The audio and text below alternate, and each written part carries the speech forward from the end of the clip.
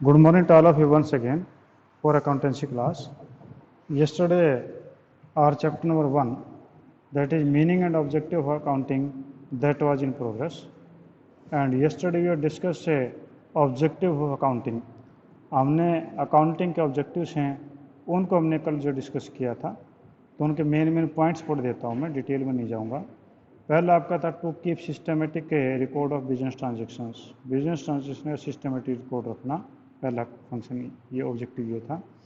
दूसरा calculate profit और loss, लाभ या हानि का कैलकुलेशन करना। तीसरा know the extract reason leading to net profit और नेट लॉस, असल में कारण जानना कि आपका प्रॉफिट और लॉस का कारण क्या रहा। Ascertain the financial position of business की वित्तीय स्थिति का पता करना। Ascertain the progress of the business from year two year, साल दर साल जो है बिजनेस की प्रोग्रेस के बारे में पता करना। Prevent and detect error and fraud, कि किसी प्रकार के एरर या फ्रॉड हैं उनको प्रिवेंट करना और उनको डिटेक्ट करना, यानी फाइंड आउट करना और ठीक करना या बचाए रखना। Provide information to various parties, अलग अलग पार्टीज को इन्फॉर्मेशन देना। तो ये था। आज हम डिस्कस कर रहे हैं that is functions of accounting. Accounting के फंक्शंस कौन से मिलते जुलते मिलेंगे, थोड़ा समझना आपने, ठीक है। Functions of accounting and objective functions features ये मिलती जुलती आपको दिखाई देंगे, और थोड़ा ध्यान से देखो तो कुछ अलग मिलेगा। फंक्शंस ऑफ अकाउंटिंग,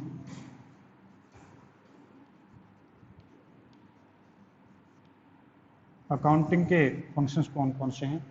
पहला आपके पास है maintain complete and systematic record, maintain complete and systematic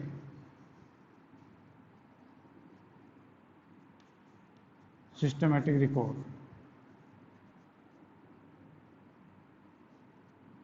आपका जो सबसे पहला फंक्शन जो है ये है कि आपका maintain complete and systematic record, कि जो भी आपके बिजनेस ट्रांजैक्शंस हैं उनका कंप्लीट और सिस्टमेटिक रिकॉर्ड रखा जाए।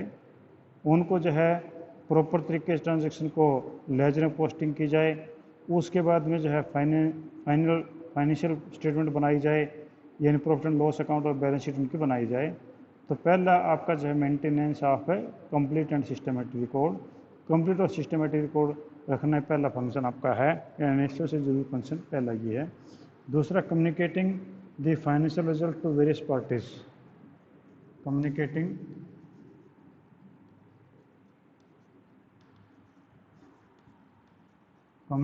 फाइनेंशियल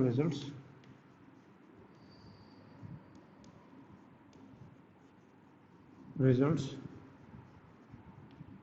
to various parties,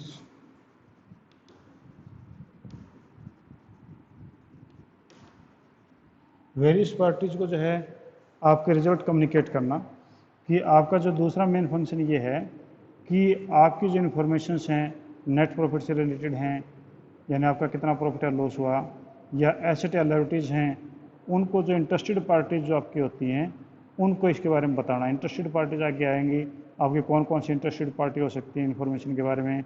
आपका ओनर हो सकता है, आपकी मैनेजमेंट हो सकती है, आपके क्रेडिटर्स हो सकते हैं, आपकी गवर्नमेंट हो सकती है, आपके रिसर्चर्स हो सकते हैं, आपके कंपटीटर हो सकते हैं, ठीक है, बैंकर्स हो सकते हैं। तो ये अलग अलग इंटरेस्टेड पार्टीज हैं, इनको कम्युनिकेशन करना, उनको कम्युनिकेट करना, बताना।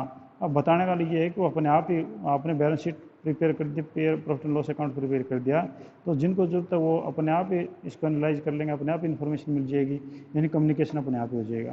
थर्ड है protecting the asset of business, protect होता है बचाना, protecting the assets of business, business के एसेट्स को प्रोटेक्ट करना, ये भी इसका काम होता है। क्योंकि आपका प्रॉपर रिकॉर्ड करते हैं सभी प्रकार के एसेट्स का, जैसे कैश इन हैंड है, कैश एट बैंक है, आपका जो इन्वेंट्री है, डेटर्स हैं। अब ये सारे के सारे जो हैं अगर इनका रिकॉर्ड होगा तो मैनेजमेंट उन पर कंट्रोल कर सकती है। अगर ये पता ही नहीं कि हमारे गले में कितने पैसे हैं, तो अकाउंटेंट चाहे कितने पैसे चोरी करके ले जाए, हमारे बैंक में कितना पैसा हमें पता ही नहीं है, तो इसका कोई फ़ायदा नहीं है। यानी कहने आ रहा हुआ कि आपके हर चीज़ को प्रोटेक्ट करना, एसेट्स को प्रोटेक्ट करना, वो आपका अकाउंटिंग का फंक्शन है। क्योंकि अगर आपके सारी चीज़ों का रिकॉर्ड होगा तो उस रिकॉर्ड के हिसाब से उन सारी चीज़ों को प्रोटेक्ट किया जा सकता है, यानी उनकी मॉनिटरिंग की जा सकती है। तो ये इसका एक फंक्शन ये भी है। Providing assistance to management, providing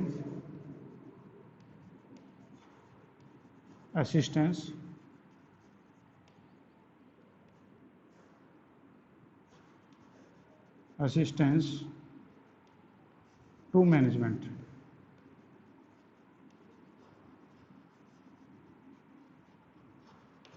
providing assistance to management, management को असिस्टेंस देना। अब मैनेजमेंट को असिस्टेंस से किस प्रकार से देंगे कि आपके जो वेरियस इंफॉर्मेशंस हैं वो आपका टाइमली अगर मैनेजमेंट के पास से पहुंच जाती है तो वो आपके प्लानिंग करने में, कंट्रोलिंग करने में, डिसीजन मेकिंग करने में वो जो है हेल्पफुल हो सकती हैं। क्योंकि आप कोई प्लानिंग करेंगे तो कैसे करेंगे, जब आपके पास इन्फॉर्मेशन होंगी। जब इन्फॉर्मेशन नहीं है तो प्लानिंग कैसे हो सकती है। तो यानी आपका मैनेजमेंट के असिस्टेंस करना वो भी आपके अकाउंटिंग का काम होता है। Next is trusteeship.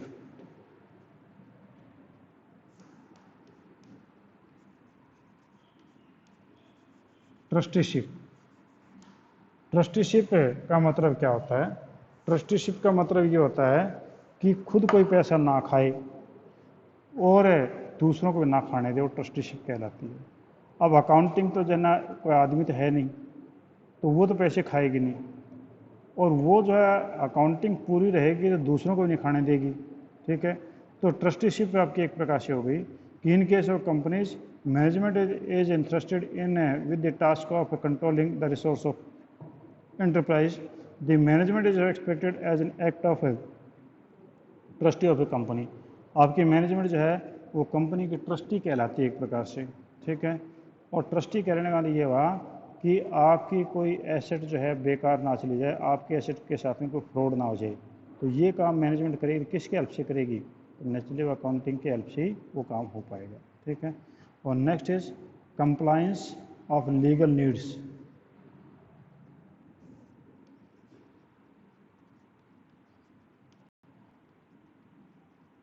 Compliance of legal needs, compliance होता पूरा करना। जो लीगल नीड्स हैं उनको पूरा करना भी अकाउंटिंग का काम है। क्योंकि आपका जो है जो डिफरेंट प्रोविजंस होते हैं, जैसे कंपनी एक्ट के में इनकम टैक्स है, गुड सर्विसेज जीएसटी है, और बिजनेस के अलग अलग और प्रकार के एनुअल अकाउंट्स हैं, आपका इनकम टैक्स है, जीएसटी रिटर्न से ये भरनी होती हैं। तो इन सारी इन्फॉर्मेशन को पूरा करने के लिए कौन होगा? इन सारी चीज़ों को पूरा करने के लिए आपके अकाउंटिंग ही ये जो है सारा काम करती है। यानी आपके लीगल जो काम है उनको पूरा करना, ये काम भी आपका अकाउंटिंग का ही होता है। तो अकाउंटिंग में ये काम कैसे पूरा होगा कि वो उसके जो अकाउंटिंग के बारे में जब पूरी इन्फॉर्मेशन देगा तो उसी प्रकार से जीएसटी, इनकम टैक्स और दूसरे टैक्स पे किए जा सकते हैं। तो जीएसटी के बारे में मैंने आपको पहले बताया था, और बुक में जो लिखा हुआ नीचे देखो, कहता है कि all indirect taxes like excise duty, sale tax, VAT services, VAT service tax etcetera has been merge into single tax known as GST. ठीक है, GST is paid at the time of purchase and GST is collected at the time of sale. कि जो आपके कई प्रकार के tax थे, indirect tax थे। टैक्स दो प्रकार के, एक होता है डायरेक्ट टैक्स।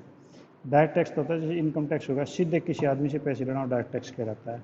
इनडायरेक्ट होता है कि टैक्स जो है वो ग्राहक से लिया जाता है, यानी सीधा माल बनाने वाला कोई और, उसका टैक्स पे करने वाले हम लोग हैं।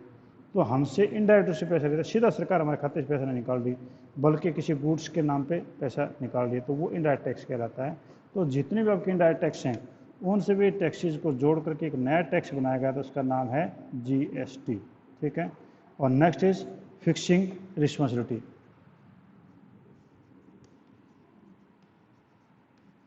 Fixing responsibility,